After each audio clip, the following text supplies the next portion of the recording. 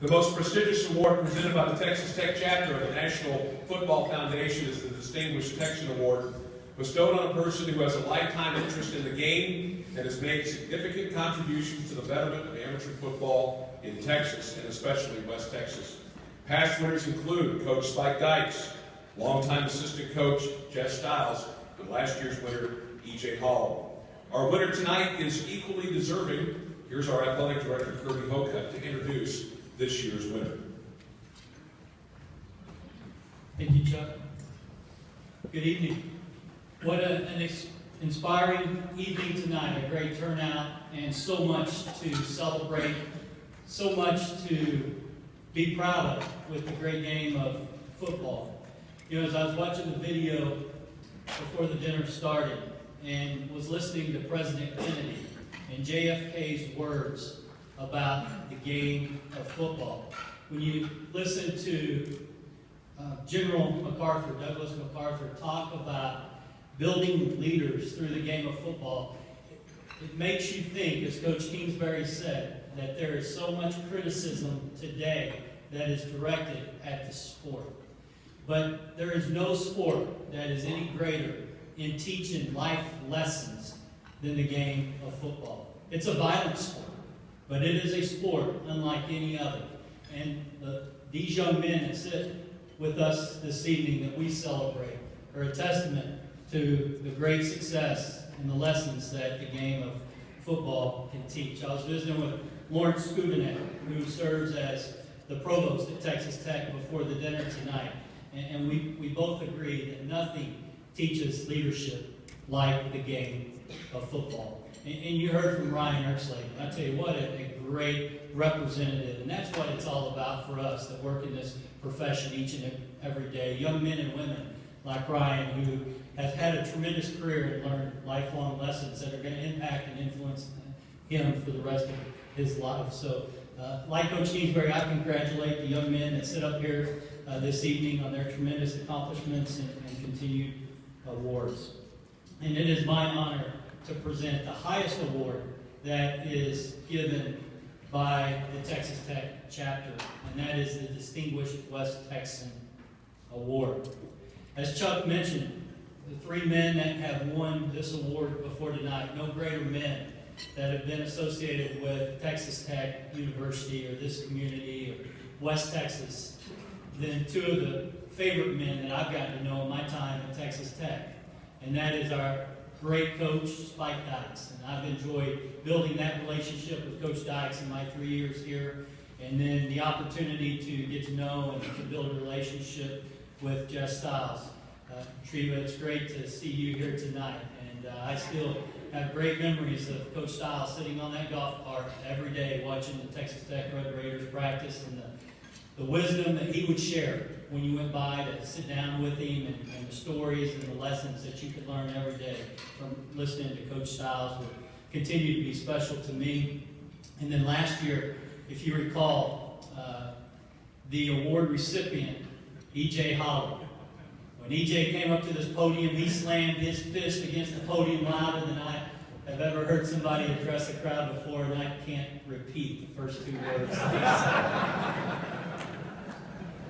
But tonight, just as deserving, is the Distinguished West Texan Award is going to one of the great caretakers, one of the great doctors of this state and of our region.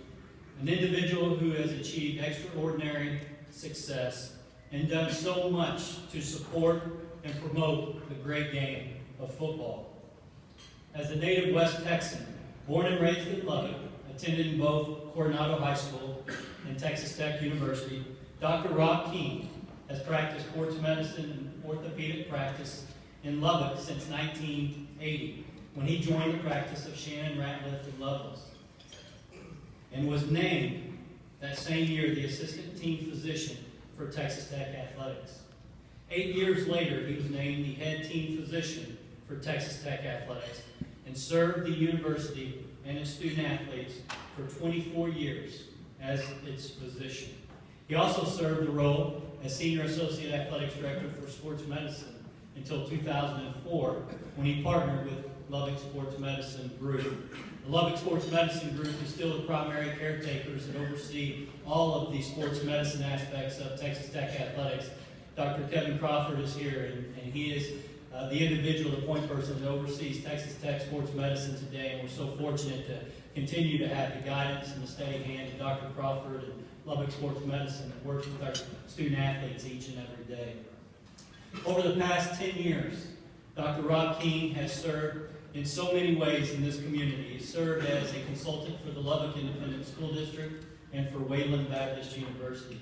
Active in so many service roles, he's also served as the past president of the Lubbock Independent Physicians Association, and also serves on the board of Plains Capital Bank, another great supporter of Texas Tech athletics.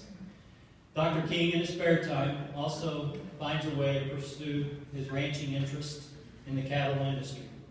And I think as most everyone in the room today knows, Dr. King's father, J.T. King, was a great Red Raider, serving as not only the head football coach at Texas Tech, but also served 8 years in the chair that I have the privilege of serving in today, and that's as the athletics director at Texas Tech.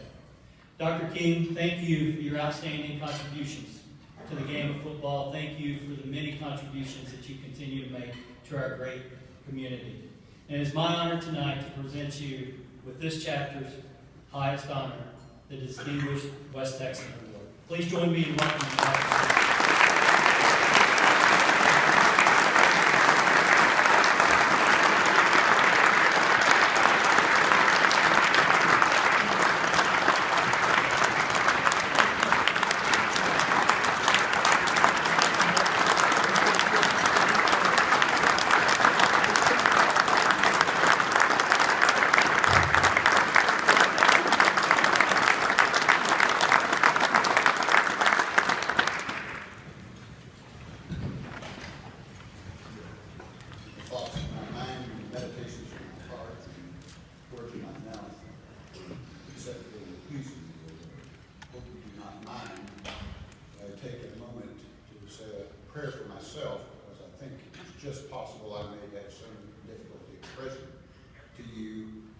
Shocking awe when I received a phone call about this expression.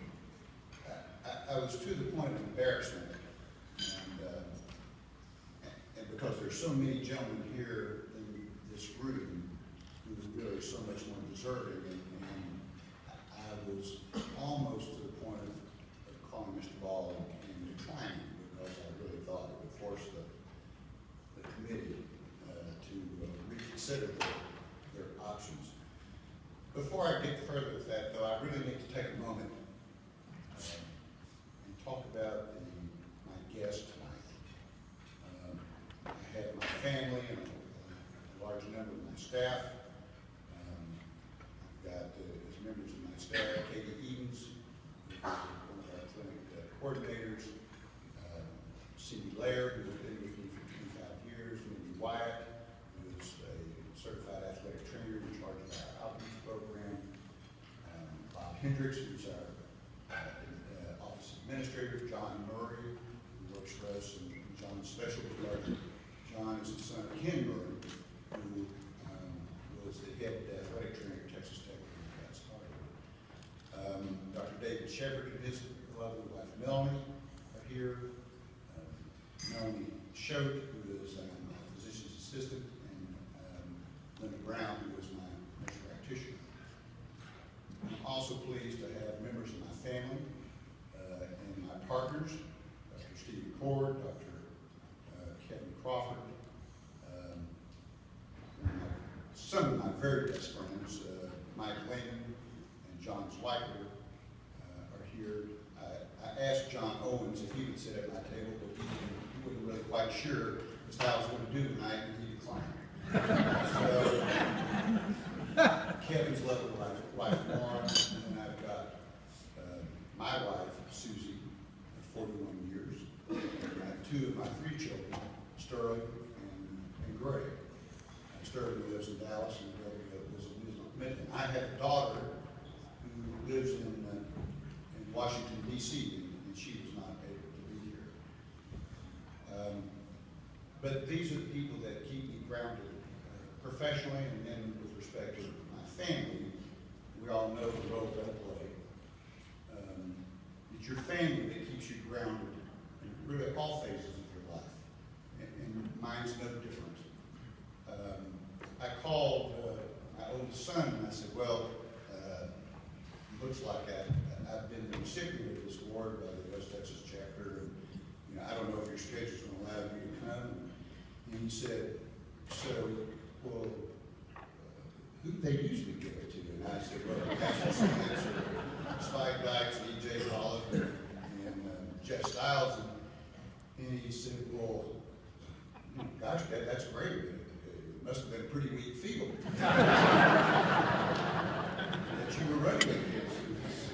Well, actually, I sort of feel the same way.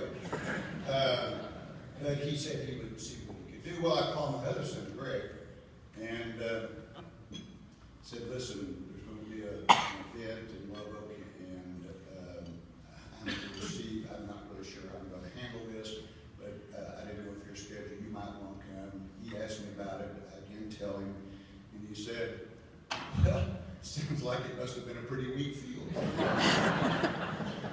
So I was asking my office administrator, Bob Hendricks, I said, look, I'd really like for you to be my guest at this thing tonight. And he said, really, what's this for? And I told him, and he said, well, Dr. King, I didn't know you were a scholar athlete at Tech. And I said, well, I wasn't. He went, well, it must have been a pretty weak field. Every other guest tonight came here not knowing what was going to happen because I was tired of hearing about how we could feel. Perfect. It is true. My father was a coach both in the high school and the collegiate leagues. His high school experience was in Kennedy, Texas, and Enid, Oklahoma. His collegiate spots were Tulane University, Texas A&M University twice. I guess one dose of Texas A&M is not enough. Sometimes you have to go back for a second. The University of Texas and Texas Tech. In 1957, when he accepted the job at Texas A&M with Barrett Bryant, unfortunately there were 4 children in the family. He drew the short straw. So he and I moved to College Station while my mother stayed to try to figure out how to get the household to be able to move the belongings. And so my father and I lived in the coach's dressing room at Kyle Field. Now, I know for those of you who have coached, either for Texas A&M or for Texas Tech in competition with Texas A&M, Kyle Field can be a very intimidating and threatening place. But when you're 7 years old and you wake up at 2 in the morning and listen to all the strange sounds that go on at that place, you don't know what threatening is really like. But it's that experience that allows me to talk firsthand about the frailty of the coaching fraternity. In reality, as most of you gentlemen know, to be a coach is to be a privilege. It's not a right, but it's a frail privilege. The dominoes don't follow correctly for you.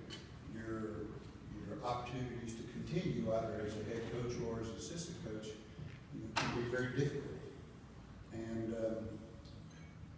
there was part of that I did not really understand, though, about the social value of what you do. And I'm going to take just a moment to, about 20 years ago is when my father passed away, and of course it became abundantly clear to us that there would be no rally this time, that this was going to be the terminal event. And so the family members gathered, and then one by one, 2 by 2, men began to knock on the door, and they were sort of caught between the vector of embarrassment, knowing that really this was supposed to be a private time for family, but a compelling desire to want to be there. And these men were former players. They were in their 40s and 50s, and clearly they experienced midlife thickening and graying of hair, and of course there was sort of an awkward moment, but my mother would was great to see my father rally for a few minutes, and they would talk about pastimes and things that were important, but then also as that moment of energy began to dissipate, they realized that this was their last opportunity. And it was like a scene that was well rehearsed, and it was over and over again. And it was so powerful a moment that the family members many times became sort of displaced to the periphery of the room. And these men would pull up a chair, and they would hold his hand. And a lot of them would begin to well up tears in their eyes, and they would talk about what he had meant to them. And many times there would be expressions that he was the only father figure that they had really ever known, and that they had never told him that if it hadn't been for him, that they would not have finished their college education, and it had not been for him writing that letter of recommendation to law school or graduate school or for their first job. And finally, some of them who had come from broken homes would finally admit that he was the only father figure that they had ever known. Well, I didn't really mean to try to get modeling on you tonight, but it was at that point that I finally understood the social value of my father's life. And it made me understand in a much deeper way exactly the role that you play. And with what I'll call the disintegration of the family unit in the United States, really, you coaches, whether at the high school or the college level, whether you realize it or not, for many of you, you are the most stable, you are the most balanced influence in so many of these young kids' lives. And I believe that your relevance to coaching in 2014 is just as important as it was in 1955 or 1965 or any time in the last 50 years. And so I applaud you for it. It was when I began to think about these things and I realized that if these gentlemen are going to come together and they're going to nominate me for this expression, then the least thing I could do would be gracious enough to stand up here and accept it. But then, you know, there were other memories that began to flood my mind, and many of them were humorous, and a lot of these moments are really, the humor is only that a coach or a player can understand. Bart Rager, I can remember Bart played for us. He was a walk-on player, not particularly endowed with great size or great speed. And he walked on and eventually earned a position which he could actually play. Well, Bart had this ritual, if you will. I mean, he would be dressed up in his uniform, ready to take the field, and traditionally Bart would come to the training room.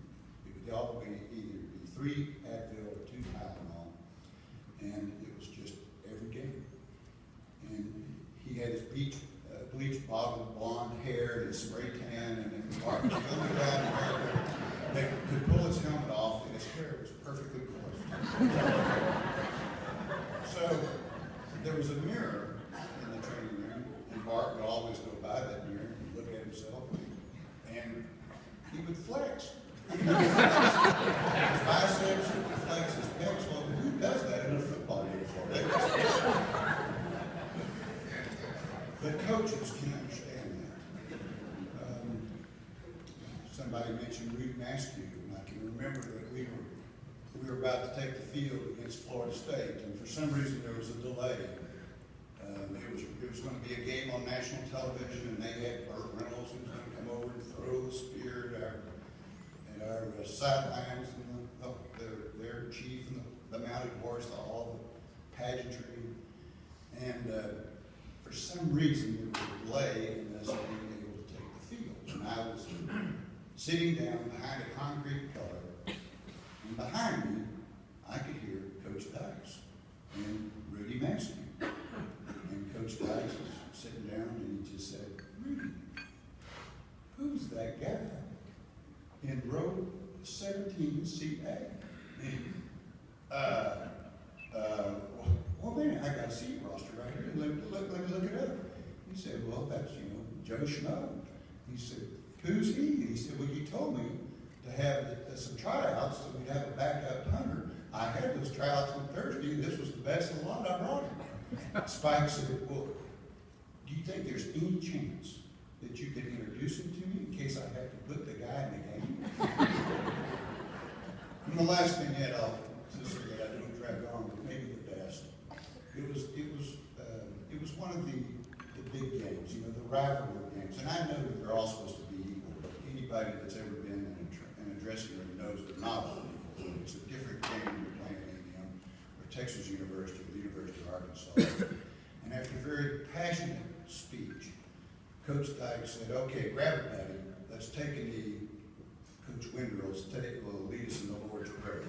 I was standing at the back and didn't realize that I was too close to the deal. All of a sudden, this big paw reaches up, grabs my hand, and jerks me down. And I'm on my knees, and here is another offensive defensive lineman. He grabs the other hand. And much to my surprise, Coach Winder used a moment of silence, which I thought, this is absolutely fantastic. I didn't realize that Dick understood how to do that. And it was going to underscore the emphasis, the importance of the moment. But then the pause became extended, and then it kind of got awkward, and then all of a sudden I could finally hear Dick clear his throat, and his deep, rattling, monotone voice, he proudly utters out, now I lay me down to sleep.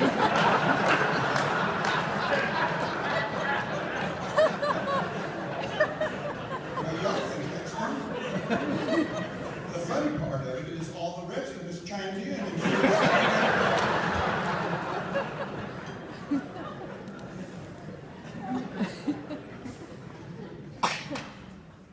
so,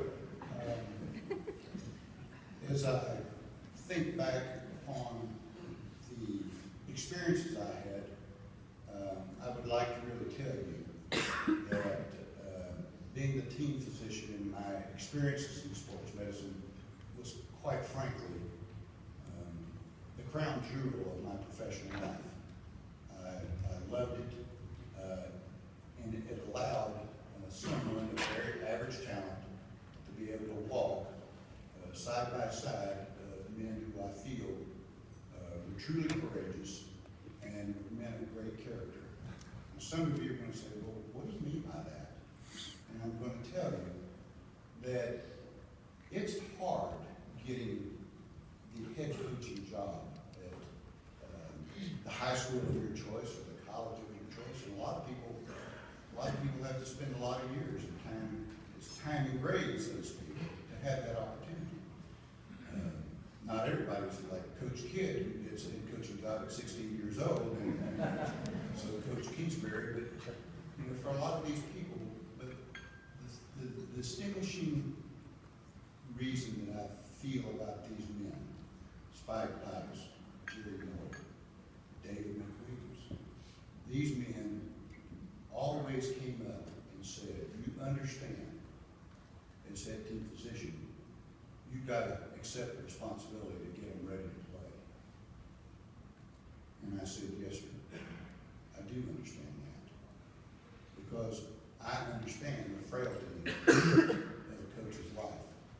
I can remember when my 4-year-old sister got up in my dad's lap and said, "Daddy, if the fullback doesn't fumble this weekend, do you think I could ask Santa Claus for a new tricycle?" And as poignant as that is, it speaks volumes about the life that you choose. And so, as I acknowledged that I could, and this was over a lunch, and I thought I was just having lunch with Coach Dykes. And then all of a sudden I realized that I had been being interviewed for this job, and now I was just offered that job. But then he said, as a caveat, I don't want you ever, not ever, take a chance with a young man's limb suffering permanent damage or a young man's life. And at that moment, I knew that I could work for this man. And in that moment, I had a glimpse of the inside of what made up the soul of that man. So, yes, he, like all those others, they hold a special place in my heart. John Conley, T. Jones, his athletic director. It seemed like it was every year. There was always a conversation as to whether or not we had the right personnel to take care of these athletes and make sure that we were not doing things that was not in the best interest. So when you talk about character, you know, when you see men who struggle their whole lives to have opportunities, and they will place the priority and the well-being of those athletes under their charge, and they'll place that above their career interest, then that's what I think is a true definition of character. So, I applaud you for the role that you play in our society. I am deeply humbled that somebody thought to advance my candidacy to the point of embarrassment, because there are so many gentlemen that I'm looking at who really so much more deserve to stand up to be here. I want to thank you for coming. I want to thank you for support. And I humbly bid you good night.